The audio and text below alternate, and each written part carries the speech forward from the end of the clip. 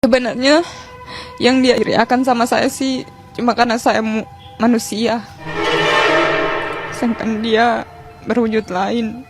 Dia maunya itu jadi manusia macam saya supaya bisa sama-sama dan keluarga. Ya karena kita anggap di sana ya sebagai manusia, tidak dianggap binatang. Makanya dia layak kalau mau dikuburkan seperti manusia. Cuma hanya wujudnya saja yang buaya, tapi sebenarnya jiwanya itu manusia. Ini bukan cerita fiksi, tapi kisah nyata yang dialami Pasar Kawi dari Luwuk Banggai, Sulawesi Tengah. Kisah bagai legenda itu terjadi tahun 2004 saat Nyonya Rosmawati melahirkan bayi kembar. Satu berwujud manusia, satu lagi buaya. Pernikahan Sarkawi Arsabadi dengan Rosmawati adalah pernikahan biasa-biasa saja. Tapi kelahiran putrinya menjadi luar biasa karena kembar dengan seekor buaya. Sebuah fakta yang menurut Pak Sarkawi menjawab bahwa leluhurnya memiliki keturunan buaya. Kalau mau diambil secara orang tua sejarah, ya kan memang kita punya keturunan seperti itu. Buaya. Amanatnya orang tua, satu saat kamu orang saya punya anak-anak, satu saat pasti ada yang begini. Tapi macam kita anak-anak ini tidak percaya. Dia lahir berbentuk seperti besarnya itu seperti kadal. Kalau si Wiranya itu memang memang normal, manusia biasa. Tapi yang satu ini memang kita rasa aneh. Itu pada waktunya melahirkan memang menderita. Saya punya sang istri itu mamanya menderita. Karena si Wiranya ini sudah keluar di saat melahirkan itu. Begitu dia keluarlah Wira ini, si Maitua ini masih besar perutnya.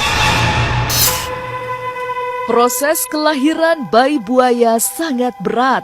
Setelah bayi pertama lahir, sang ibu masih harus melewati drama persalinan yang tidak mudah. Bahkan hingga mendatangkan 2 dukun bayi yang semua gagal membantu proses persalinan.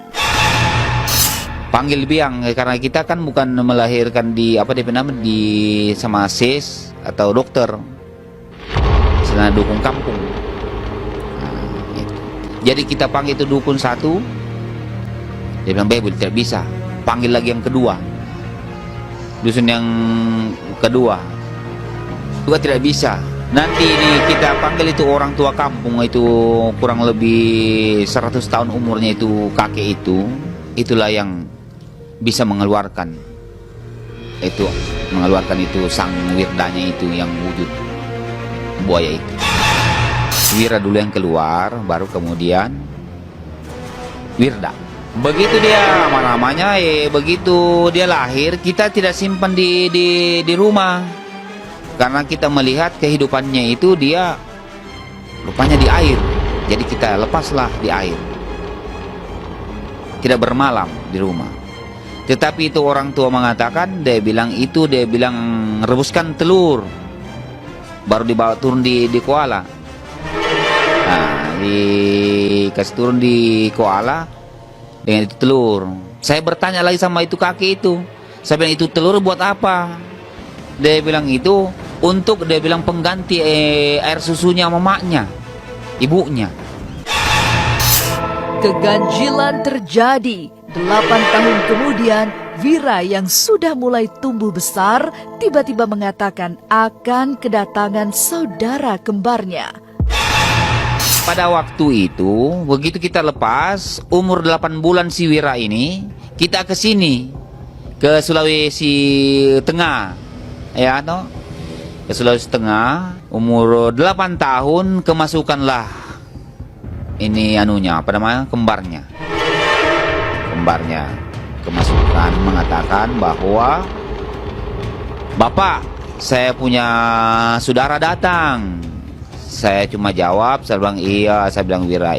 Saya bilang itu adik-adik mau ada. 3 kali berulang-ulang dia katakan seperti itu. Nanti si Wiranya mengatakan bahwa saudara kembar saya yang datang. Sebenarnya saya mau merahasiakan karena dia itu seorang perempuan. Jangan sampai begitu dia dewasa dikatakan bahwa kamu itu kembar buaya. Jadi itu sebenarnya kita sembunyi. Tapi dia tahu sendiri. Saya itu tahu nanti sudah besar, baru saya tahu kok saya punya kembar. Saya tahu pokoknya lalu itu, setahu saya waktu masih kecil. Tiba-tiba saja ada saya lihat macam saya begitu, cuma bedanya dia tak bisa orang lihat. Setelah kembali berkumpul, kehidupan Wira dan Wirda tak ubahnya saudara kembar yang sangat dekat. Tapi benarkah Wirda yang berwujud buaya diperlakukan layaknya manusia? Wirda yang berwujud buaya selanjutnya menjalani hari-hari bersama Wira yang tumbuh menjadi remaja. Wirda yang seekor buaya juga mendapatkan perlakuan sama seperti kembarannya. Apalagi Wira merasa saudara kembarnya itu pada hakikatnya memang memiliki jiwa seperti manusia. Sebenarnya yang dia iriakan sama saya sih cuma karena saya manusia. Sedangkan dia berwujud lain. Dia maunya itu jadi manusia macam saya supaya bisa sama-sama dan keluarga. Makanya jauh-jauh dia cari orang di sini supaya bisa berkumpul. Tapi alhamdulillah dia bisa dapat orang di sini, dia so bersyukur, dia so senang, so ketemu DP keluarga semua kan. Pernah saya satu kali memang bermimpi. Mimpi memang itu cantik sekali orangnya, rambutnya panjang. Begitu. Memang pernah saya mimpi sekali sama ini Wirda ini. Hanya orang-orang tertentu saja yang bisa lihat. Dia manusia seperti orang, cuma rambutnya panjang, kulitnya halus. Kalau muka sih hampir sama dengan saya. Perlakuan terhadap Wirda yang tak ubahnya manusia juga dilakukan oleh para tetangga Sarkawi. Mereka biasa bermain-main dengan buaya Wirda tanpa rasa takut. Makanan Wirda juga makanan manusia pada umumnya. Kasih minum air panas, kasih makan nasi, apa saja yang kita makan, kita berikan, dia makan. Tempat tidurnya di sini, di kamar ini tempat tidurnya. Ini tempat tidurnya. Biasa dengan teman-temannya. Juga ada juga tempat permandiannya si Wirda.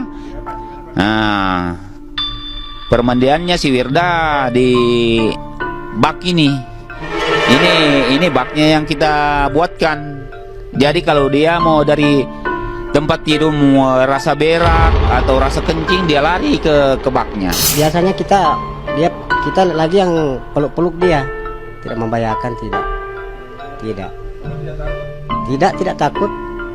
Kita selalu pegang-pegang. Hubungan Wira dan Wirda sebagai saudara kembar tentu saja sangat dekat. Ikatan batin di antara keduanya juga kuat. Secara misterius, Wira yang tumbuh menjadi gadis cantik juga memiliki kekuatan layaknya seekor buaya jika sedang berkelahi. Kayak di dalam tubuhnya saya ini ada orang. Contohnya saya berkelahi pasti orangnya biru-biru, pingsan. Karena sudah pernah saya tes itu 1 kali berkelahi sama orang. Itu sampai 7 orang bapak-bapak tak lempar. Iya, ada saksinya itu di MPP. Ada, memang ada ya. Ikatan batin itu. Kalau Wira sakit, di sini juga sakit. Dia karena batinnya dari anak kembar kan, tetap itu ada. Dekat sekali. Dia kalau sakit karena kan dia yang kakak, saya adik. Jadi kalau saya sakit pasti dia rasa sekali. Baru semua keluhannya dia sama saya yang tahu. Sepanjang 10 tahun, Wira dan Wirda hidup layaknya anak kembar. Lalu, Wirda meninggal di usia 18 tahun, sehingga memberi kesedihan mendalam bagi Wira. Tapi apa yang membuat Wirda meninggal? Dalam suasana yang tak biasa, Wira hidup rukun, penuh kasih sayang bersama Wirda kembarannya yang berwujud buaya. Sepanjang 10 tahun, mereka menjalani hari-hari layaknya anak kembar pada umumnya. Tapi kemudian Wirda sakit dan meninggal. Itu ada kan hewan binatang yang ganggu dia tidur. Jadi dia gigit. Cuma racunnya itu masuk ke dalam mulut. Ya tapi hewannya dia kasih keluar. Cuma dia kasih mati saja. Nah itu racunnya masuk. Pas sudah mau dekat lebaran, tiba-tiba dia mulai sakit, so tidak mau makan. 3 hari itu sudah tidak mau makan. Hari ketiga lebaran, saya dengar dia soan DP pernafasan, so mulai berbunyi begitu. Saya bilang jangan-jangan nih anak memang sakit parah. Jadi saya tanya sama papa, tapi papa bilang tidak apa-apa bang, kali cuma sakit-sakit biasa, jadi kasih minum saja obat. Di situ saya bilang bang kali ini sakit parah papa, karena DP napas ini tinggal satu-satu. Makanya itu yang bikin saya sedih. Sampai papa saya kasih tahu, cuma bapak bilang sakit-sakit biasa. Kisah kematian saudara kembar buaya terjadi tahun 2004 ketika berusia 18 tahun. Kepergian Wirda agaknya menjadi pukulan sangat berat bagi hati Wira. Bahkan hingga kini selalu ada air mata setiap kali mengisahkan meninggalnya saudara kembar yang berwujud buaya. Apalagi Wirda meninggal begitu cepat tanpa ada pesan yang disampaikan lewat firasat. Saya sedih juga sih sebenarnya. Saya tidak mau cerita ini, karena pasti tak ingat waktu dia meninggal. Karena kan dia meninggal itu putus napas sama saya. Tidak ada sama sekali pesan. Karena itu dia meninggal pun, saya pun sudah tidak tahu apa yang mau dibilang. Intinya itu saja, langsung tiba-tiba dia habis napas. Dia yang saya rasa cuma dia bilang sakit-sakit sampai dia meninggal. Umur 18 tahun. Sekalinya dia meninggal, kasihan macam kita, artinya keluarga yang ditinggalnya Wirda itu semua rasa sedih.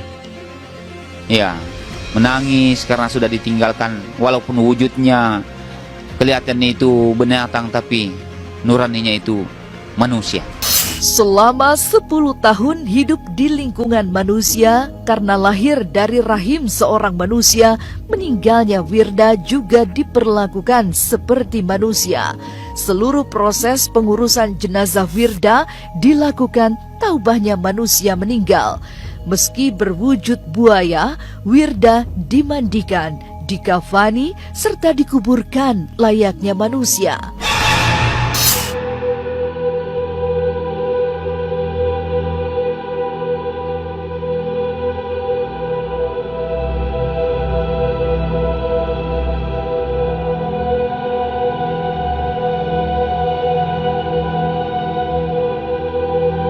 Ia dimandikan, dikafankan, baru dikuburkan.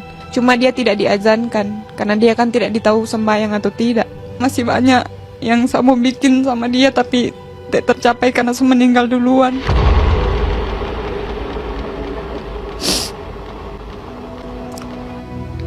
Mbak bikin akan DP kamar, yang saya bilang mau cat biru. Baru saya bilang mau beli baju sama-sama. Merayakan ulang tahun sama-sama. Kalau saya sih bersyukurlah dia seperti itu, mau dia jadi manusia, mau dia berbentuk hewan. Intinya dia saya punya saudara, saya tetap sayang.